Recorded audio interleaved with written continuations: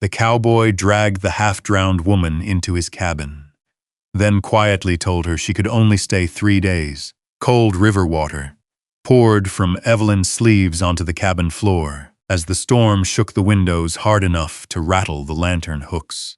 The stranger tossed another log into the fire, never once asking her name. Outside, something in the mountains cracked like thunder, and then he looked at her and said, "After 3 days, you decide." But the way he said it made her forget the storm for a second. Stay with us for this unforgettable story. By the time Evelyn Harper reached the Bitterroot Pass, the rain had already soaked through her gloves. Cold water slid from the brim of her hat and down the back of her neck. The mountain trail ahead had nearly disappeared beneath mud and loose stone, but she kept urging the bay mare forward anyway. The lantern tied beside the saddle knocked softly against the leather with every uneven step. She had left home before sunrise, no note, no goodbye. Only the sound of her father coughing behind the closed kitchen door, while Walter Grayson folded papers at the table like a man already counting what belonged to him. The rain thickened. Wind swept through the pines high above the trail, bending them hard enough to groan. Evelyn lowered herself closer to the horse's neck. Her fingers had gone stiff around the reins hours ago. She did not know where she was going, only where she could not stay. Lightning flashed somewhere beyond the ridge, turning the mountains white for half a second. In that instant, she saw how narrow the trail truly was. Rock wall on one side, empty darkness on the other. The mare stumbled. "Easy, girl, easy, Evelyn." Swallowed hard and looked ahead again. Then the mountain moved. At first it sounded distant, a low crack buried deep beneath the storm. The horse jerked violently beneath her. Another crack followed, louder. The ground trembled.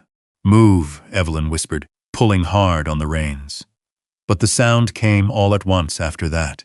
Rock, mud, water, the entire hillside broke loose above her. The mare screamed and reared. Evelyn barely had time to gasp before freezing water slammed into both of them. The lantern shattered against stone. Darkness swallowed everything. She hit something hard. Branches.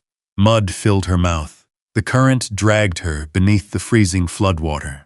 Her coat twisted around her legs as she fought upward blindly. For one terrifying second, she surfaced long enough to breathe.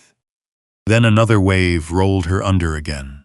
The world became noise and cold and panic. She reached for anything, found nothing. A broken tree slammed past her shoulder, hard enough to spin her sideways. Pain burst through her ribs, her lungs burned. And somewhere inside the chaos, one clear thought rose through her. Walter Grayson would never have to come after her now. The current pulled her deeper. Then suddenly, something caught her. A rope tightened across her waist with brutal force. Her body jerked backward through the water. She coughed violently as muddy floodwater tore from her throat. A man's voice cut through the storm. "Hold still." Strong hands grabbed beneath her arms. Boots slid against rock somewhere nearby. Whoever had her nearly lost footing once, then pulled harder. Evelyn felt herself dragged onto solid ground. She collapsed onto wet stone, choking and shaking so hard her teeth struck together. The man crouched beside her, only long enough to wrap a heavy wool coat around her shoulders. "You hurt bad?" She tried to answer but coughed instead. The stranger glanced once toward the raging black water below the ridge. His jaw tightened slightly. "The horse is gone," he said quietly. Something inside Evelyn folded inward at those words, but she could not find enough breath to grieve it. The man stood tall, broad-shouldered, rain pouring from the brim of his hat. He tossed the rope over one shoulder and looked down at her for exactly 1 second before offering his hand. No questions, no staring, no suspicion. Just a hand waiting in the rain. Evelyn hesitated. Then she took it. His grip was warm despite the cold. The climb to the cabin passed in fragments. The man walked ahead most of the way, leading a dark gelding through the storm, while Evelyn struggled behind him through mud and pine roots. Once she slipped near the edge of the trail. His hand caught her elbow instantly, steady, then let go just as fast. By the time they reached Black Hollow Ridge, Evelyn could barely feel her feet. The cabin appeared slowly through the rain, one window glowing gold against the darkness, smoke curling from the chimney into the storm. Inside smelled of cedar wood, coffee grounds, damp wool, and fire smoke. The stranger moved with practiced quiet. More wood in the stove, a kettle near the flame, dry blankets laid beside the hearth. Evelyn stood trembling near the doorway while rainwater pooled beneath her boots. "You'll freeze in those clothes," he said. Only then did she finally look at him clearly. Dark hair damp against his forehead, gray eyes, a scar near his jaw half hidden beneath stubble. Not young, not old, a face shaped by weather and solitude. He crossed the room and placed folded clothes beside the fire without handing them directly to her. "I'll wait outside," the door shut behind him. Evelyn stared at the clothes for a long moment before finally changing beside the warmth of the stove. The shirt smelled faintly of pine smoke and soap, much too large. The sleeves covered half her hands. By the time she finished, exhaustion had settled deep into her bones. The stranger came back and carrying 2 tin cups of coffee. He placed one near her chair. Steam rose between them. Outside, floodwater still roared somewhere down the mountain. "You got a name?" he asked. "Evelyn." He nodded once. "Cole Bennett." Nothing more followed. No questions about why she'd been alone on the pass during storm season. No mention of the expensive riding coat now drying near the fire. No curiosity at all. That unsettled her more than questions might have. Cole sat near the front door, sharpening a knife slowly, while rain hammered the roof overhead. After a while, Evelyn found herself watching him without meaning to. Everything about him seemed measured, quiet, controlled, like a man used to living with only his own thoughts for company. At some point, she realized her eyelids were drifting shut. Then Cole's voice broke softly through the room. "The bridge downriver washed out tonight." She looked up. "It'll take at least 3 days before anybody crosses back through Bitterroot Pass." The words settled heavily between them. 3 days. The fire cracked quietly. Cole set the knife aside and stood. "You stay here 3 days," he said. Then after a pause, "After that, you decide." Evelyn stared at him, no demand hidden underneath it. No bargain, only fact. Outside, the mountain groaned beneath endless rain. Much later that night, Evelyn woke suddenly to the sound of water smashing against the rocks below the ridge. For one frightened second, she forgot where she was. Then she saw the fire, the wooden walls, the oversized shirt around her shoulders. She turned toward the door. Cole sat outside beneath the covered porch despite the cold, one chair tilted back against the wall. A rifle rested across his lap untouched, while storm rain swept across the valley below. He was watching the darkness, not her. Evelyn pulled the blanket tighter around herself and listened to the storm rage against Black Hollow Ridge, while the stranger stayed awake, guarding a house that did not yet feel dangerous, and somehow frightened her because of it. Morning came gray and cold. Rain still drifted across the mountains, though the worst of the storm had passed some time before dawn. Evelyn woke to the sound of an axe striking wood outside. Slow, steady, measured. She sat up carefully. Her boots had been left beside the stove to dry. Her torn riding coat hung near the ceiling beam, with careful stitching already worked through one ripped sleeve. For a moment, she simply stared at it. No man had ever repaired something for her without first reminding her what it cost. She pushed the thought away. The cabin smelled faintly of coffee and wet cedar. Firelight flickered low inside the stove. One corner of the room held shelves lined with jars of dried beans, salt pork wrapped in cloth, and stacks of old newspapers tied with twine. Nothing luxurious, everything useful. Evelyn stood slowly, Pain tugged along her ribs the moment she straightened. The front door opened before she could take another step. Cole came in carrying split firewood against one shoulder. Cold air swept in around him, along with the sharp smell of rain and pine trees. He stopped when he saw her standing. "You shouldn't put weight on that side yet." Evelyn instinctively crossed her arms over the oversized shirt. "I'm fine." Cole nodded once like a man who knew better, but had no intention of arguing. He stacked the wood beside the stove and turned away while she adjusted the blanket around herself. That small act unsettled her more than if he had stared. Most men looked too long. Cole Bennett barely looked at all. He poured coffee into a chipped tin cup and set it near the edge of the table. "There's bread in the cloth beside it." Evelyn hesitated before moving toward the chair. The wood floor creaked softly beneath her bare feet. Cole noticed the wobble in the chair leg before she sat. "Wait." He crouched immediately, tightening something underneath with a small hand tool from his pocket. A quick twist, one check against the floorboards. Then he stepped back. "All right." Evelyn lowered herself slowly into the chair. The coffee was strong and bitter, still hot enough to sting her tongue. Outside, mist rolled between the black pines below the ridge. Somewhere farther down the mountain, floodwater still thundered through the canyon. "You live up here year-round?" she asked quietly.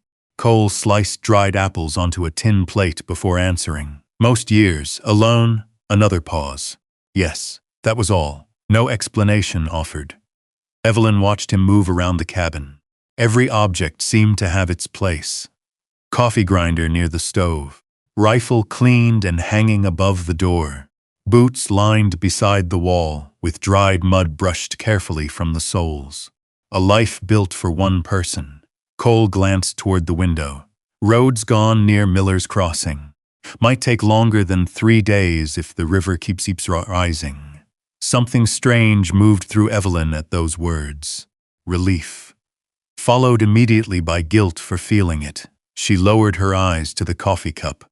By afternoon, the rain softened into a cold drizzle. Cole spent most of the day outside, repairing loose shingles before another storm rolled through. Evelyn tried twice to help. Both times he stopped her without force. "Sit down." "I'm not helpless." "I didn't say you were." That answer stayed with her longer than it should have. Near sunset, she found herself standing beside the small bookshelf near the fireplace. Most of the books looked worn from years of use. Weather records, farming ledgers, a copy of Moby Dick with cracked binding. Her fingers paused over another title, Poetry. She glanced toward Cole in surprise. He sat at the table cleaning mud from a saddle strap. "You read these?" "Sometimes." "You don't seem the type." The corner of his mouth moved faintly for the first time. "What type's that?" Evelyn opened her mouth, then stopped herself. Cole returned to his work without pressing her further. That night the wind came hard again. The lantern flame trembled inside its glass chimney while rain struck the roof in long, angry bursts. Evelyn woke suddenly after midnight, with her heart hammering against her ribs. For one terrible second she was back inside her father's dining room. Walter Grayson's hand wrapped around her wrist, the marriage papers spread across the table. "Your family owes me too much money for you to suddenly become difficult." Evelyn jerked upright in the bed before she realized where she was. The cabin, the fire, Black Hollow Ridge. Her breathing came fast anyway. Cole looked up immediately from the chair near the stove. He had not gone to sleep yet. A book rested open in one hand. He set it aside without a word. Evelyn pressed both palms against her eyes, hard enough to hurt. "I'm sorry." "You don't need to apologize."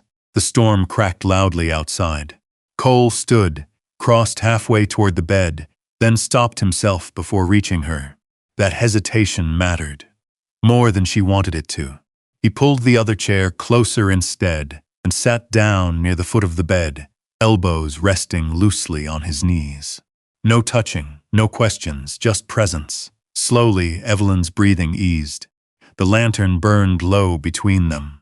After a long while, her eyes drifted toward the table beside the wall where Cole had left his coat earlier that evening.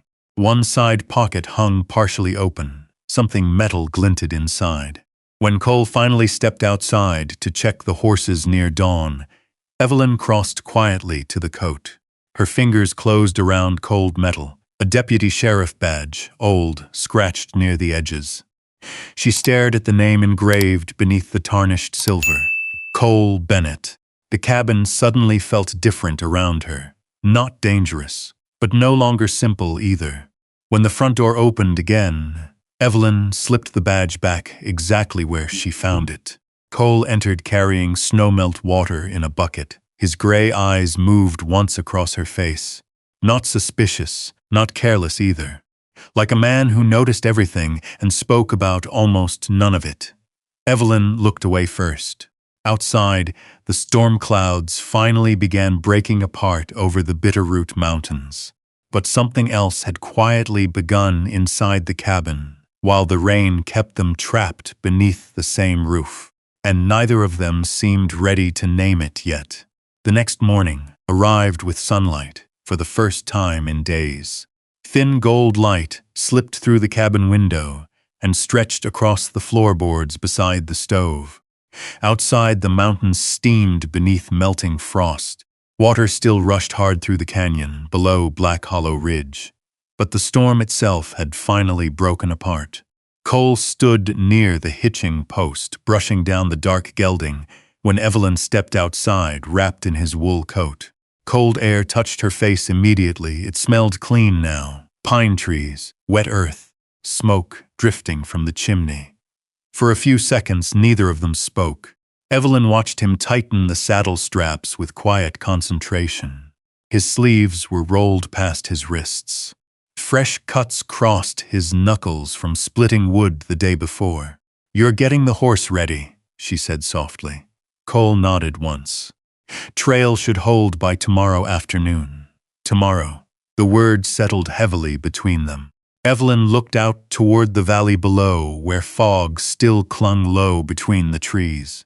Somewhere beyond those mountains waited Bitterroot, her father's orchard, Walter Grayson, the dining room table where men signed away pieces of her life while pretending it was kindness. Her stomach tightened. Cole adjusted the saddle blanket without looking at her. "You should eat something before the ride." Evelyn almost laughed at that. Not because it was funny, because he spoke as though leaving was already decided. Inside the cabin, she found him repairing one of her riding gloves beside the fire later that afternoon. The torn seam had already been stitched halfway closed with dark thread. "You don't have to do that," she said. Cole kept working. "It'll split worse if it's left alone." His voice stayed even, calm, like a man talking about leather, instead of something much harder to leave untouched. The silence between them had changed over the past 2 days. It no longer felt sharp at the edges. Sometimes Evelyn caught herself listening for his footsteps outside without realizing it. Sometimes she noticed him doing the same, whenever the cabin went too quiet. That evening, the temperature dropped again.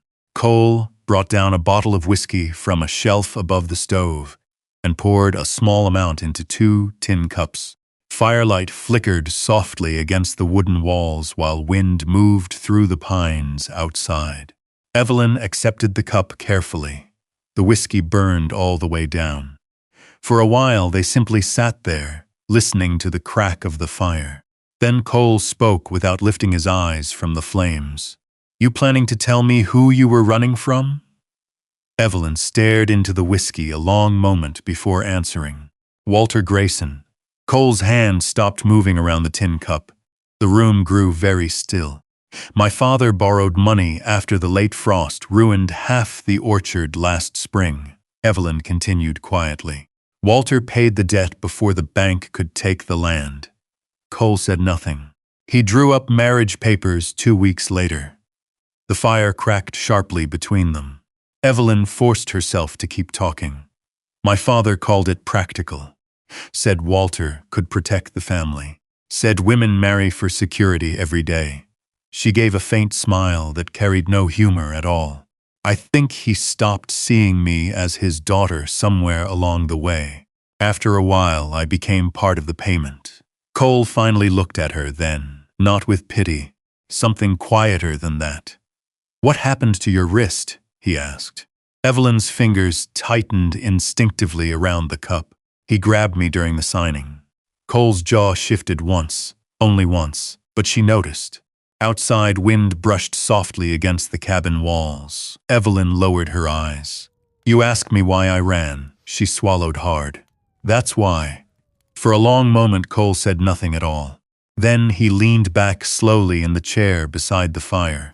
Walter Grayson had business with my family once. Evelyn looked up. Cole's gaze stayed on the flames. My younger brother worked cattle near Cedar Creek 8 years ago. There was a land dispute over water rights. His voice remained flat, careful. One night, somebody fired shots near the South Ridge. The room seemed smaller suddenly. My brother didn't come home. Evelyn felt her breath catch. Cole took another slow drink of whiskey. Sheriff ruled it self-defense. A pause. Walter Grayson bought half the jury's cattle contracts the following winter. Silence settled heavily between them. Now the badge made sense. The isolation. The mountain. Evelyn looked at him differently after that. Not as a stranger anymore. Not entirely. As someone who had also lost something to the same man. The fire burned lower. At some point their chairs had drifted closer without either noticing. I don't want to go back, Evelyn said finally. The words came out so quietly she almost thought he had not heard them. But Cole looked at her immediately. Gray eyes steady in the firelight. Then don't go back because you're afraid. Something inside Evelyn broke open at those words. Not loudly, quietly, like ice finally giving way beneath spring water. Cole's hand rested on the arm of his chair between them. Close enough now that she could see the rough scars across his fingers. Evelyn reached toward him before she could think herself out of it. Just lightly. Her fingertips touched the back of his hand. Cole went still, not pulling away. Not moving closer either. The restraint of it made her chest ache. Slowly, he turned his hand beneath hers until their fingers met properly for the first time. Warm, careful, real. Evelyn looked up. Cole's eyes searched her face once like a man asking permission without speaking aloud. Then she leaned forward first. The kiss was hesitant at the beginning, almost uncertain. Nothing desperate in it, nothing taken. Just warmth shared slowly beside a dying fire while wind moved softly through the mountains outside. When Cole touched her face, his hand trembled once before steadying again. That small tremor undid her more than confidence would have. Neither spoke afterward. Evelyn rested against his shoulder while the last of the fire settled low into glowing embers. For the first time in days, she stopped listening for danger. Then morning came, hard, fast. The sound of horses climbing the ridge shattered the silence outside the cabin. Cole was already standing before the second knock hit the door. His expression changed immediately. Not fear, recognition. Evelyn stepped toward the window beside him, just enough to see through the frost-clouded glass. 3 riders waited outside. One carried a sheriff's badge, and beside him sat Walter Grayson in a dark riding coat, staring directly at the cabin door like a man arriving to collect property he believed still belonged to him. The morning air turned colder all at once. Evelyn felt it in her hands first. Cole moved quietly toward the door and opened it before another knock came. Wind pushed through the cabin, carrying the smell of wet horses and thawing mud from the ridge trail below. Sheriff Tom Avery sat stiff in the saddle beside Walter. 2 ranch hands waited behind them with rifles resting across their laps. Walter's eyes found Evelyn immediately. They lingered on the oversized flannel shirt she still wore beneath Cole's coat. Something dark passed through his expression. "Well," Walter said softly, "there you are." Evelyn's stomach tightened. Cole stepped slightly forward without touching her. not enough to hide her, just enough to stand between her and the porch stairs. Sheriff Avery removed his gloves slowly. "Morning, Cole." Cole gave a short nod. The sheriff looked older than Evelyn remembered. Gray at the temples now, heavy lines beside his mouth. But the moment his eyes met Cole's, something uneasy passed between them. "You know why we're here," Avery said. Walter pulled folded papers from inside his coat. "Miss Harper disappeared 3 nights ago," he said smoothly. "Her family feared the worst until somebody mentioned seeing Bennett riding near Miller's Crossing during the storm." Cole's face remained unreadable. Walter continued, "A woman alone, a mountain cabin. You understand how this looks." Evelyn saw the sheriff glance away at that. Cole finally spoke. "She was drowning." Walter ignored him. "I have a lawful agreement signed by her father." He unfolded the papers carefully. "And I intend to bring my future wife home." Future wife. The words hit differently now. Not frightening. Repulsive. Evelyn stepped forward before she realized she had moved. "I'm not going with you." Walter blinked once as though the sentence itself offended him. "Evelyn," he said quietly, "you're upset. I'm done being upset." Wind rattled the porch railing. The sheriff cleared his throat. "There's concern in town, Miss Harper. Folks are saying you may be here against your will." Cole's shoulders stiffened slightly beside her. Walter seized the silence immediately. "She's confused. Bennett's been hiding up here alone for years. Nobody knows what goes on in this cabin." One of the ranch hands shifted nervously behind him. Evelyn saw Cole's jaw tighten once at those words. Only once. Still he said nothing. That silence mattered more than anger would have. Walter held out the folded contract toward her. "Come home. We can forget all this happened." Evelyn stared at the paper. The same thick cream-colored stationery from her father's table. The same black ink signature near the bottom where her future had nearly been traded away like winter livestock. Her chest tightened. Then slowly she lifted her eyes to Walter again. "No." The word landed flat and hard in the cold morning air. Walter's expression changed for the first time. Not wounded, humiliated. "You don't understand what you're throwing away. My life wasn't yours to bargain for." The sheriff shifted uncomfortably in his saddle.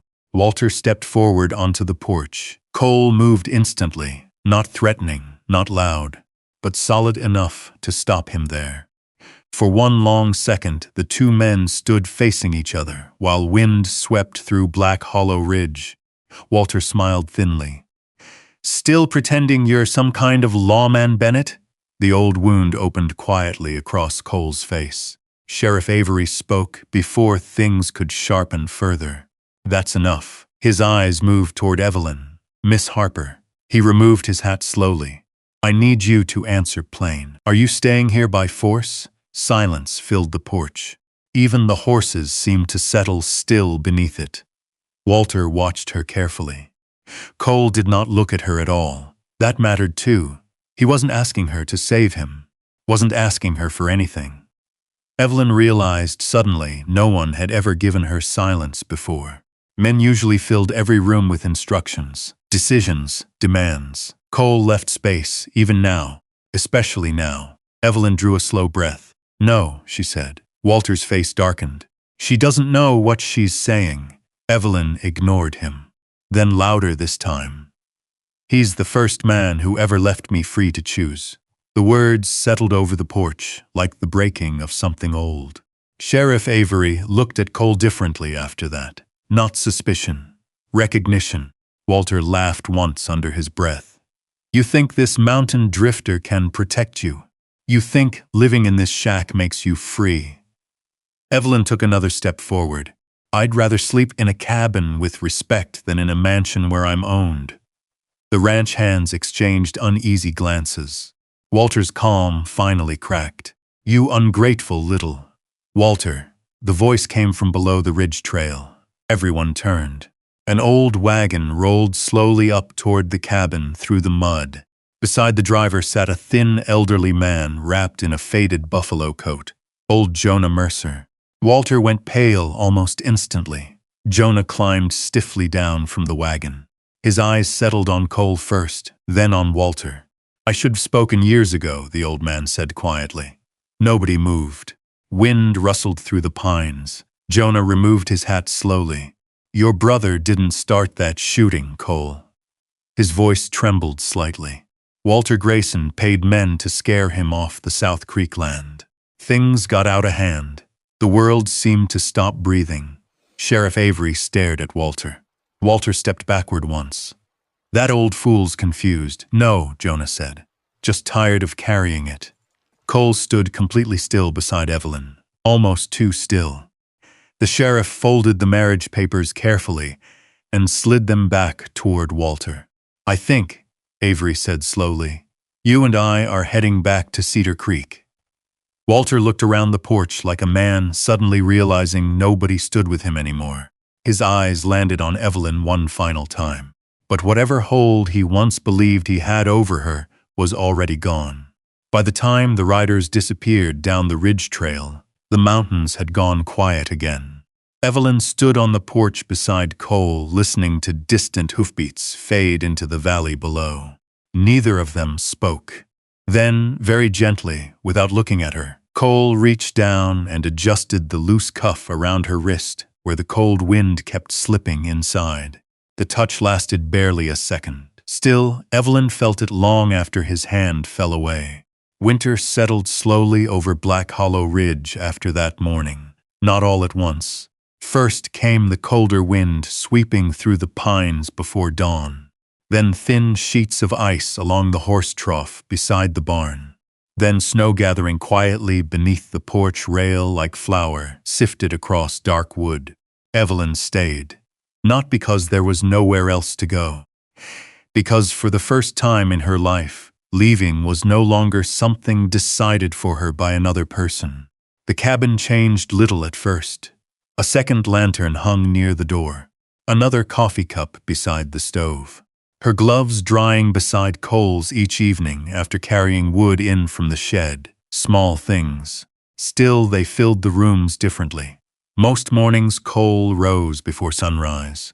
Evelyn would wake to the sound of him outside, splitting cedar logs, while frost covered the pasture fence, silver beneath the early light. Sometimes she watched him through the window before he noticed. Sometimes he noticed anyway. He never embarrassed her for it. One afternoon, she found him repairing the broken hinge on the old horse stable farther down the ridge. "You're fixing it?" she asked. Cole tightened the last iron screw with a hand tool before answering. "Been empty too long." The stable smelled of cold hay and worn leather. Dust floated through thin lines of sunlight between the boards overhead. Evelyn brushed snow from an old saddle resting against the wall. "You planning on taking more horses?" Cole looked at her for a second longer than usual. Maybe. That was how most things happened between them. Quietly, without grand declarations. By December, Evelyn had cleared a small patch of ground behind the cabin for winter herbs. Sage, mint, dried roots hanging from twine near the kitchen shelves. On Sundays, 2 children from a logging camp below Cedar Creek started climbing the ridge, carrying old readers wrapped in cloth sacks. Their mother had heard Evelyn once taught at the church school, before Walter Grayson's contract swallowed up her future. Soon there were 4 children, then 6. Cole built another bench beside the fireplace without being asked. The cabin slowly learned new sounds, laughter, pages turning, boots drying near the stove after snowstorms. One evening, Evelyn found a pair of leather gloves folded neatly beside her coat. Fresh stitching lined the fingers where the seams had worn thin from hauling water buckets through the cold. She held them carefully. Cole sat nearby, sharpening a hunting knife beneath the lantern light. "You fixed them again," she said softly. "They were falling apart." Evelyn smiled faintly. "So was I."